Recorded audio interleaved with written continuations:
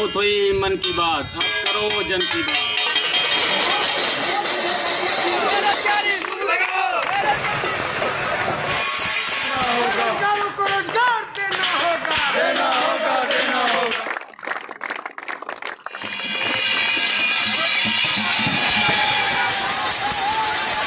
नमस्कार, मैं रविश कुमार। 5 अगस्त को अयोध्या में भूमि पूजन के बाद ऐलान हुआ कि परम वैभव संपन्न भारत के निर्माण का शुभारंभ हुआ है। 1 महीना भी नहीं बीता कि 5 सितंबर को शाम 5 बजे नौजवान थाली बजाने लगते हैं। उन्हीं जगहों पर उसी तरह से थाली बजाने लगते हैं जैसा उन्हें 22 मार्च के दिन शाम 5 बजे करने को कहा गया था। यहां यह महत्वपूर्ण है कि इन नौजवानों में से अधिकतर या किसी को थाली बजाने का वक्त 5 महीने बाद भी शाम 5 बजे याद रहा। 5 और 5 की यह तुकबंदी इसलिए नहीं मिला रहा कि हेडलाइन चमकदार हो जाए, बल्कि यह समझने के लिए कि थाली बजाने का तरीका राजकीय था, यानी प्रधानमंत्री ने जनता से आह्वान किया था। जब जनता ने इसे विरोध के रूप में इस्तेमाल किया, तब क्या वह सरकारी तरीके से अलग रूप दे पाई थाली बजाने को, या उसी के जैसे हो गई जनता? मैं चाहता हूं कि 22 मार्च रविवार के दिन हम ऐसे सभी लोगों को धन्यवाद अर्पित करें। रविवार को यानी जनता कर्फ्यू के दिन शाम को ठीक 5 बजे हम अपने घर के दरवाजे पर खड़े होकर या बालकनी में या खिड़कियों के सामने खड़े होकर 5 मिनट तक रविवार को शाम को 5 बजे 5 मिनट तक ऐसे लोगों का आभार व्यक्त करें। और आभार कैसे व्यक्त करेंगे? ताली बजा करके, थाली बजा करके, घंटी बजा करके हम उनके प्रति अपनी कृतज्ञता व्यक्त करें, उनका हौसला बढ़ाएं, उनको सैल्यूट करें। प्रधानमंत्री चाहते थे कि कोरोना से लड़ने में जो लोग लगे हैं, जैसे अस्पताल के कर्मचारी, डॉक्टर, नर्स, पुलिस और मीडिया के लोग, उन्हें जनता सम्मान दे और उनका हौसला बढ़ाए।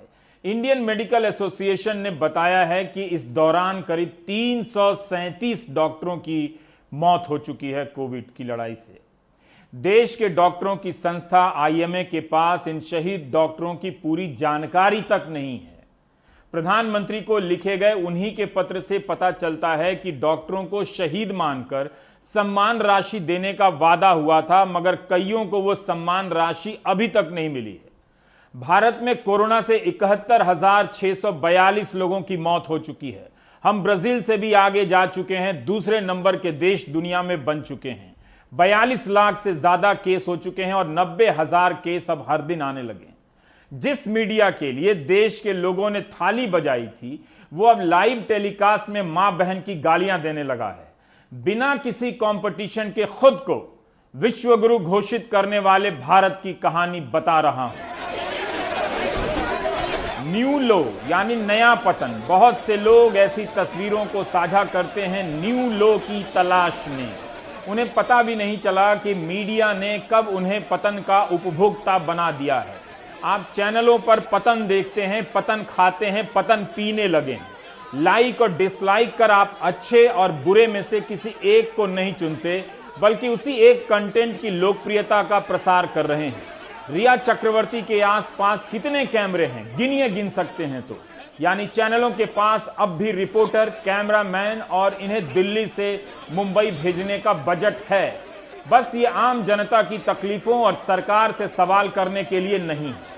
याद करेंगे तो पता चलेगा कि मीडिया ट्रायल मीडिया का स्थायी फॉर्मेट हो चुका है। बस इस बार रिया चक्रवर्ती हैं, पिछली बार कोई और थी या था, और अगली बार कोई और होगी या होगा।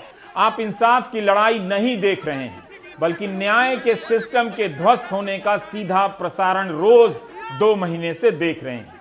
जनता याद करे, जब 22 मार्च को थालियां बज रही थी तब कितने कैमरे सड़क पर थे। जब 5 सितंबर को थालियां बज रही थी तब कितने कैमरे जनता के पास खड़े थे, बेरोजगारों के पास।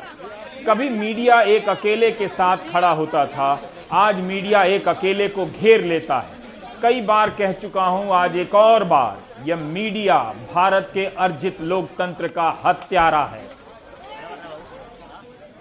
अप्रैल आते आते साफ हो चुका था कि थाली बजाना एक पिटा हुआ फॉर्मूला है, क्योंकि अब थाली सरकार नहीं जनता पीटने लगी थी।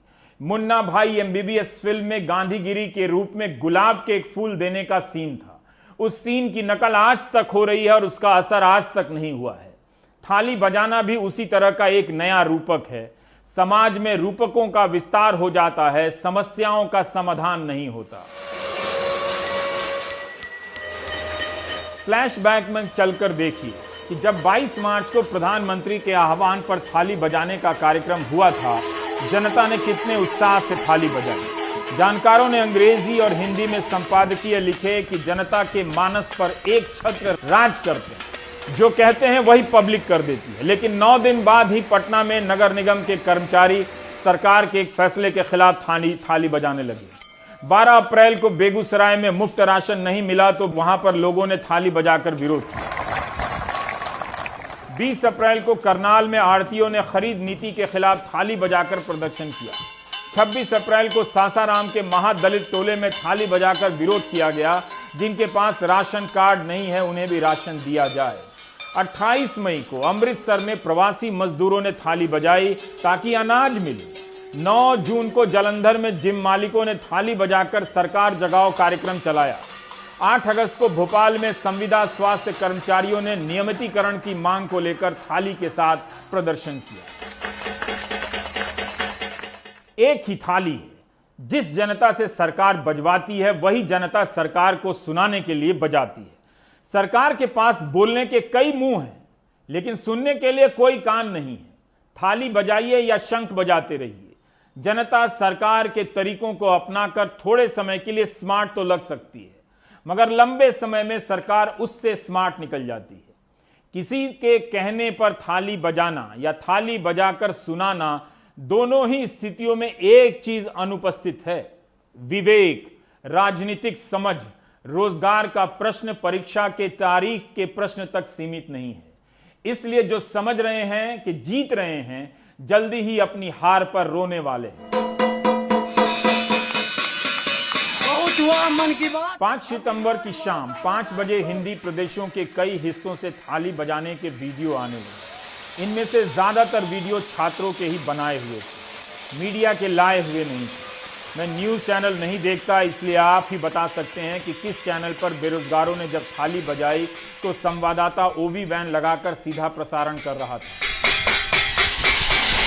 एक संख्या बताता हूं, रेलवे की 1.25 लाख से अधिक पदों के लिए करीब 2.5 करोड़ फॉर्म भरे गए थे। इतनी विशाल संख्या के बाद भी मीडिया ने इसे कवर करने लायक नहीं समझा। मीडिया तंत्र के गुलाम हो चुके लोकतंत्र में अब संख्या का महत्व समाप्त हो चुका है। छात्र 6 साल में नहीं समझ सके, कोई बात नहीं, अगले साल समझ जाएंगे।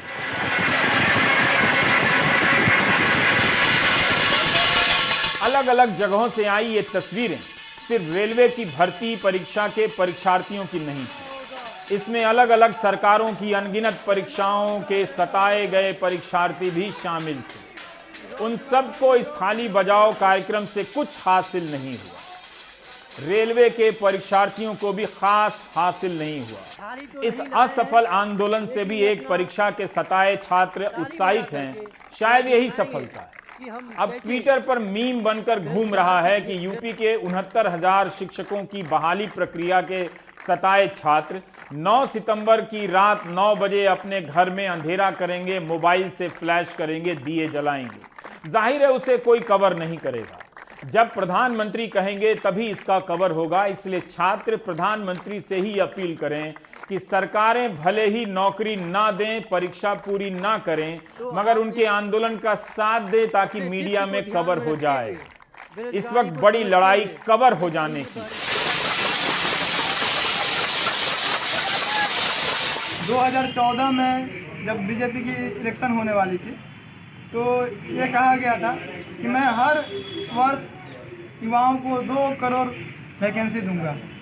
2 करोड़ से दूर की बात है, 2 लाख भी वैकेंसी नहीं आ रही है। ये तो उनको पता है कि हम 10 1000 वैकेंसी दें या 1000 वैकेंसी दें, जितना युवा है वो तो फॉर्म फिलअप करेगा ही।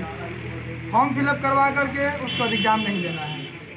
पहले फॉर्म फिलअप के 40 रुपये चार्ज थे, अब 500 रुपये कर दिए गए हैं। पिछले 5 वर्षों से भाजपा की गवर्नमेंट जब से आई उसका हर जगह यही रहा कि आर्थिक सुधार करेंगे, लेकिन आर्थिक सुधार के नाम पे वो हमारे युवा वर्ग को ठगती चली जा रही है अब तक, और अभी तक वही काम हो रहा है। यहाँ तक कि रेलवे का भी निजीकरण किया जा रहा है, जिसकी एवज में हजारों लाखों युवा बिहार और उत्तर प्रदेश जैसे राज्यों को, जो कि एकदम गवर्नमेंट जॉब पर ही डिपेंड है, उनमें एक आत्मदाह की भावना उत्पन्न हो रही है और आत्म विमोह की भावना उत्पन्न हो रही है, जिसके कारण उनकी पूरी फैमिली, गार्जियन प्लस बच्चे सभी लोग एक प्रकार के डिप्रेशन में जा रहे हैं। 69,000 वाली भर्ती टेट दिया था और उसके बाद सुपर टेट दिया, दोनों में क्वालिफाइड हूँ, बट अभी तक उसका कोई रिजल्ट का कोई इतना पता नहीं है। बीच में रिजल्ट आया भी तो उसमें तमाम तरीकों का ऑब्जेक्शन हाई कोर्ट से लेकर सुप्रीम कोर्ट तक और याचिकाओं की पड़ी, और मतलब सब मिला के बहुत बुरी स्थिति में फंसा हुआ है और उसका कोई क्लियरेंस भी होना। कितना साल हो गए रिजल्ट को रुके हुए? लगभग 2 साल। 6 जनवरी आएंगे तो 2 साल हो जाएंगे रिजल्ट को। लखनऊ उत्तर प्रदेश में रहती हूँ। मैं पिछले 8 महीनों से बेरोजगार हूँ, क्योंकि मैं डीएलएड 2017 बैच से मैंने बीटीसी जनवरी माह में कंप्लीट किया हुआ है और मैं टेट और सीटेट दोनों ही क्वालिफाई हूँ, और पिछले 8 महीनों से मैं शिक्षक भर्ती का वेट कर रही हूँ।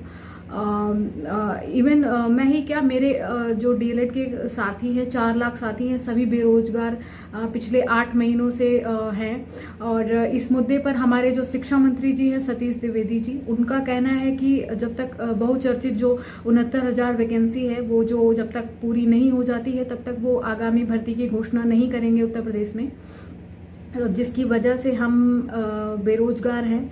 और मैं माननीय सतीश द्विवेदी जी से मैं एक चीज़ पूछना चाहती हूँ कि सर 69,000 भर्ती पूरी होने में हम 4 लाख डीएलएड प्रशिक्षुओं की क्या कमी है, क्या गलती है जो हम पिछले 8 महीनों से बेरोजगार इस कोरोना में झेल रहे हैं। 5 सितंबर की शाम 5 बजे ट्विटर पर हंगामा तो हुआ, थाली बजी तो रेल मंत्री ने पहली बार इस मामले में ट्वीट किया। वो भी अपना बयान नहीं बल्कि रेलवे बोर्ड के चेयरमैन के बयान को ट्वीट किया। सिर्फ सूचना ही थी, नौकरी देने के वक्त किए जाने वाले दावे नहीं थे कि हमारी सरकार सबको रोजगार देगी वगैरह वगैरह। पीयूष गोयल के उस बयान की छौंक तक नहीं थी कि रेलवे के इकोसिस्टम में 10 लाख नौकरियां दी जा सकती हैं। वो अक्टूबर 2017 का बयान था। पहले सुनिए रेलवे बोर्ड के चेयरमैन विनोद कुमार यादव को।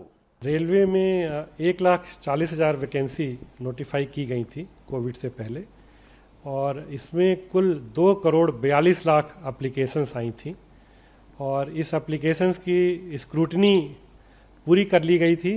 किसी वजह से कोविड की सिचुएशन होने की वजह से वो एग्ज़ाम नहीं हो पाया, और अब ये निर्णय लिया गया है कि जो कंप्यूटर बेस्ड टेस्ट होता है, इसका जो एग्ज़ाम होता है इसके लिए, वो 15 दिसंबर से शुरू किया जाएगा, और एक इसका डिटेल शेड्यूल बहुत ही जल्दी जारी किया जाएगा।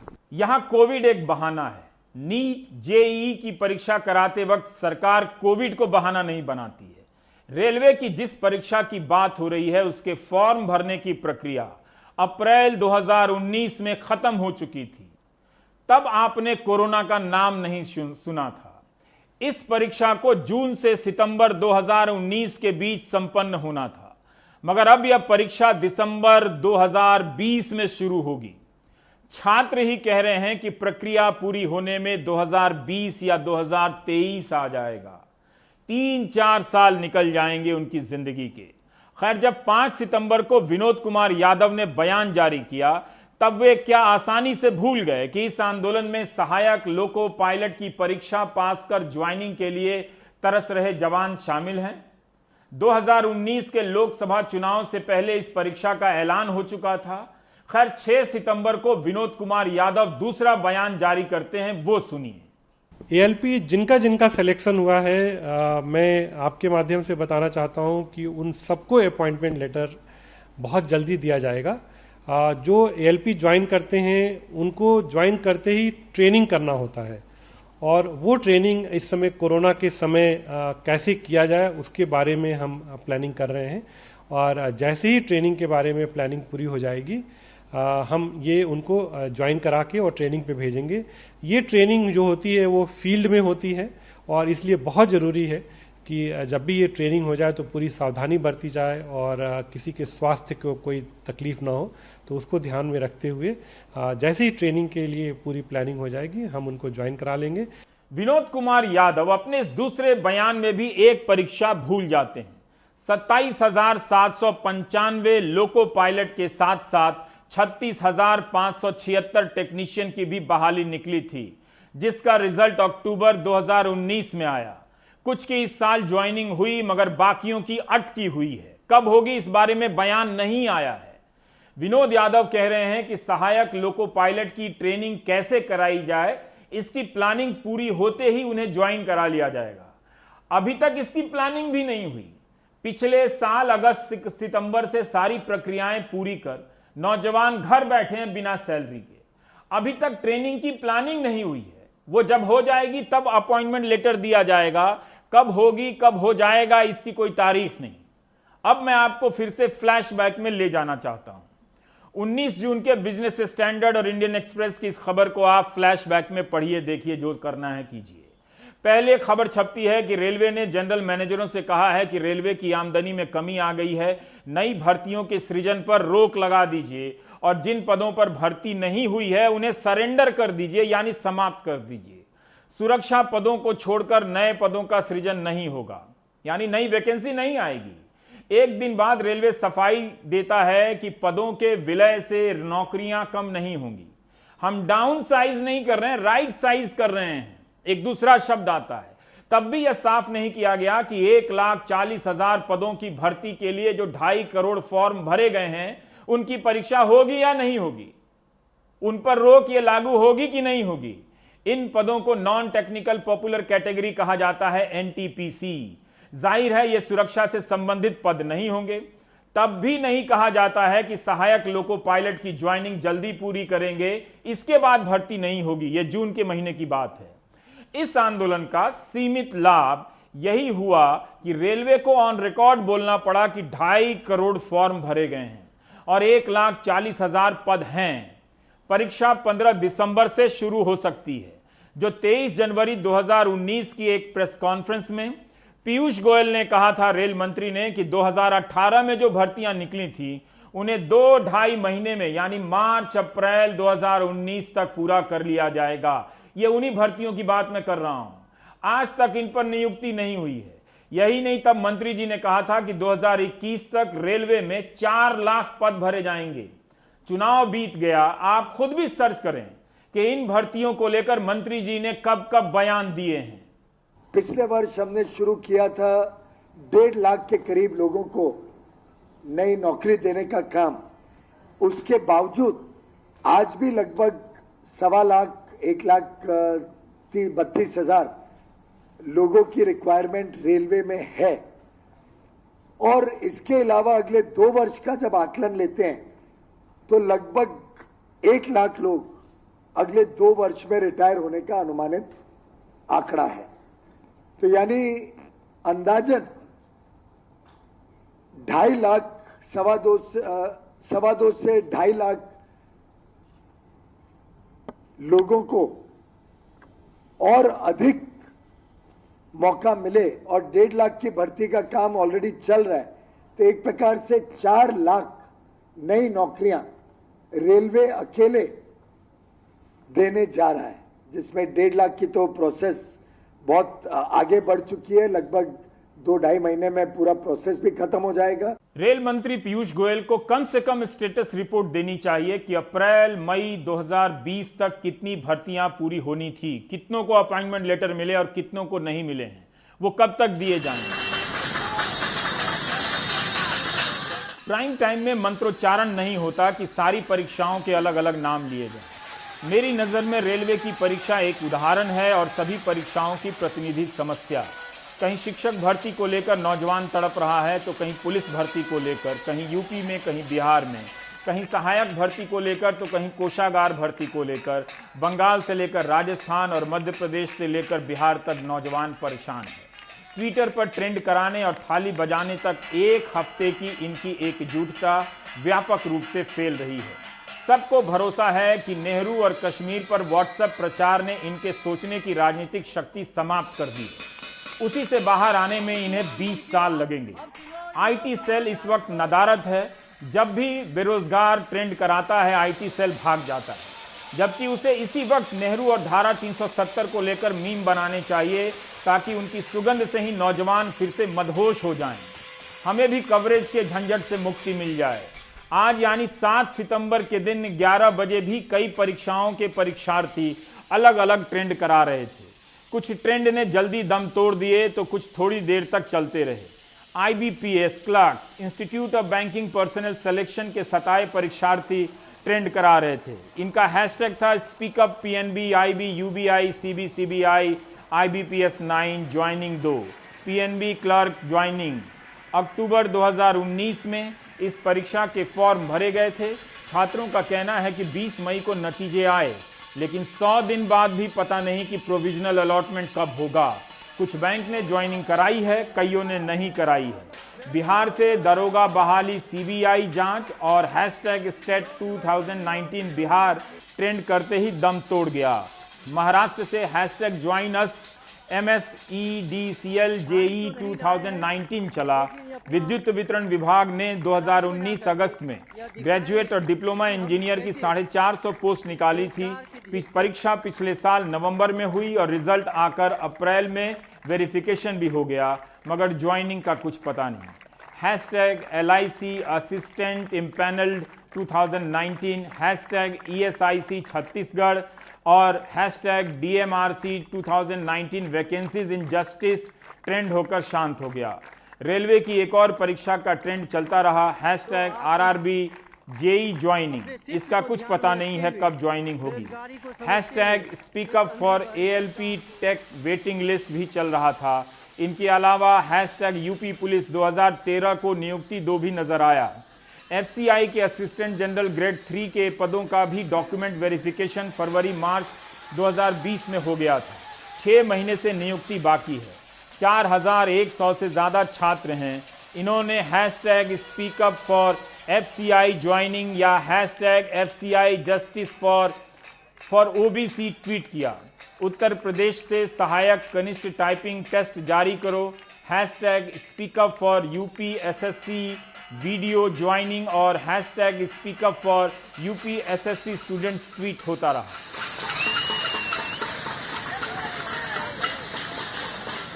मजदूर माँ बाप हैं, वो लोग जो मजदूर माँ बाप हैं किसी तरह से पैसा इकट्ठा करते हैं, इलाहाबाद भेजते हैं इतनी मेहनत से, और फिर उसके बाद पता चलता है कि अब आप ही सोचिए 2016 की वैकेंसीज 2020 में हो रही है।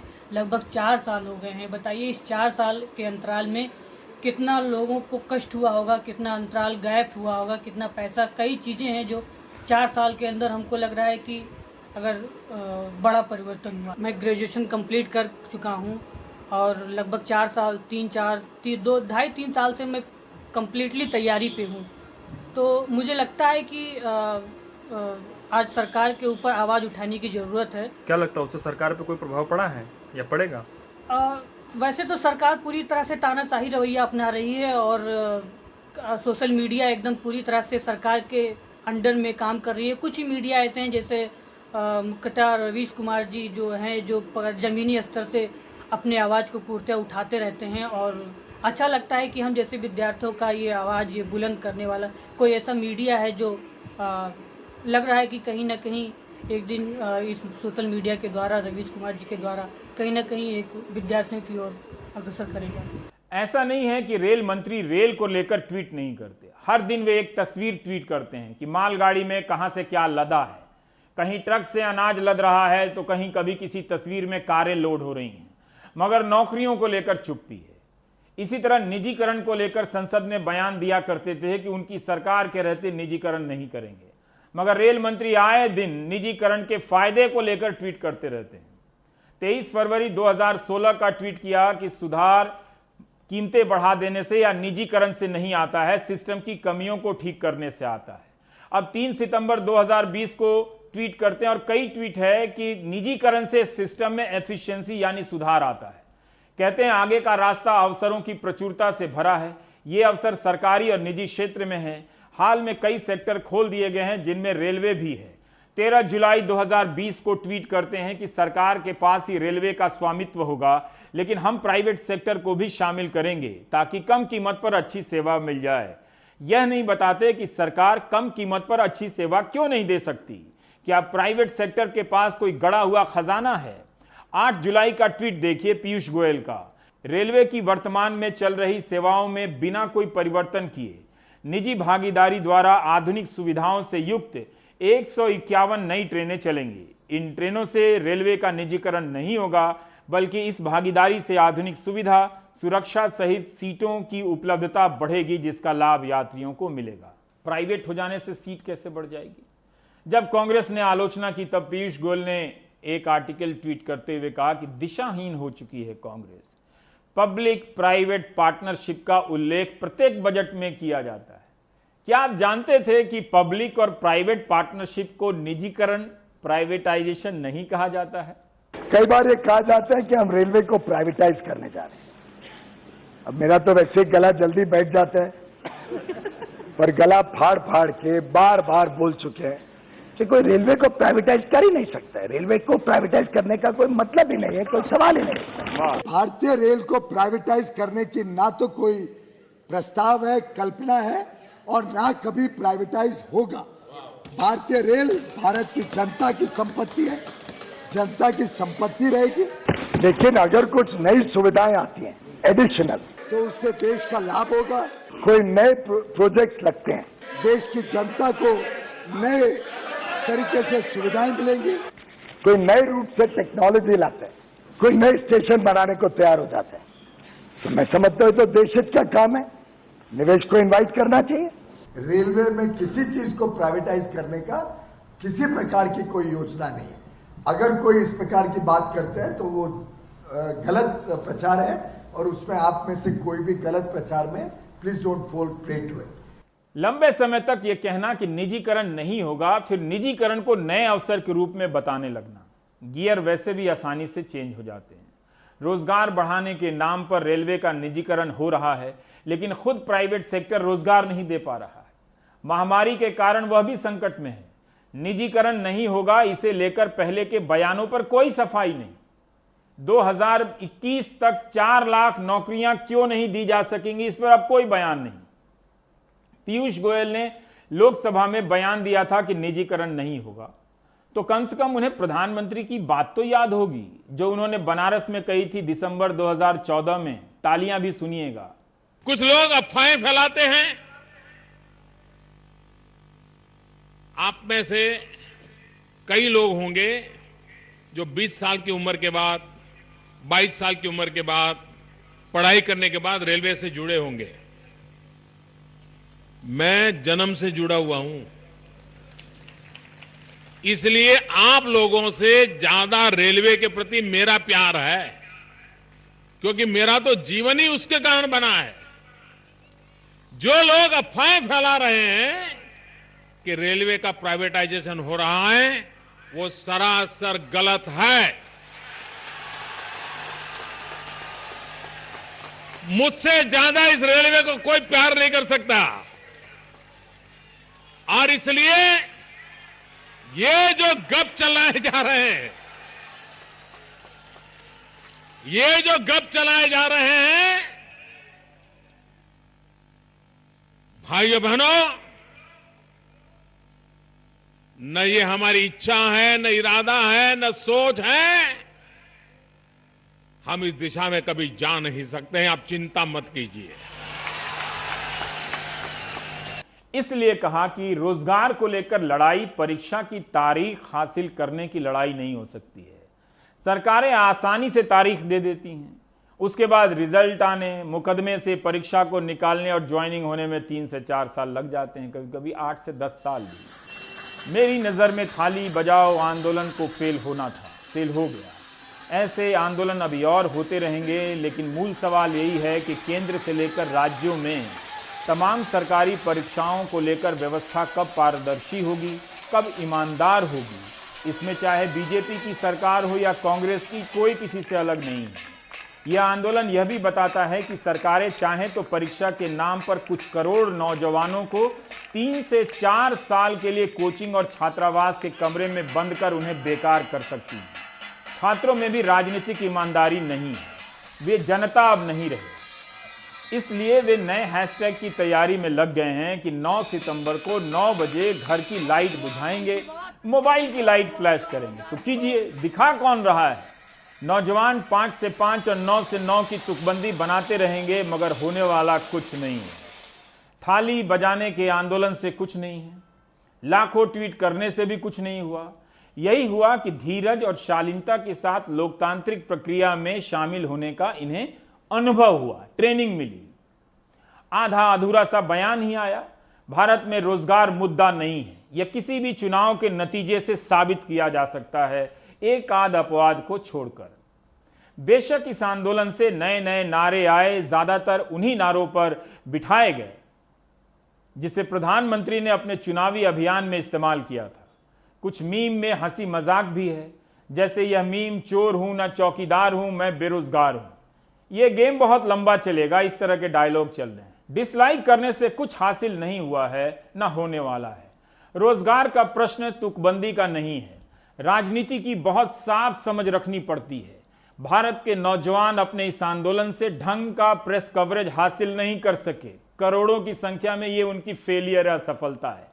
रिजल्ट और ज्वाइनिंग तो दूर की बात है, उनके घरों में भी लोग दिन रात रिया चक्रवर्ती का मीडिया के जरिए लिंच किया जाना देख रहे होंगे। चेक कीजिए और समझा जाता होगा कि मीडिया इंसाफ कर रहा है।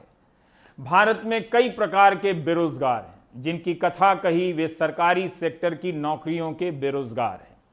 इसी तरह लाखों रुपए प्रोफेशनल डिग्री में खर्च करने के बाद अनगिनत युवा बेरोजगार हैं, वो भी लाखों करोड़ों में हैं। महामारी के दौर में जिनकी नौकरी चली गई, वे भी एक प्रकार के बेरोजगार हैं, मिल नहीं रही है, मिलेगी भी नहीं। जिनकी सैलरी आधी हो चुकी है और नौकरी जा सकती है, वे नौकरी करते हुए भी खुद को बेरोजगार जैसा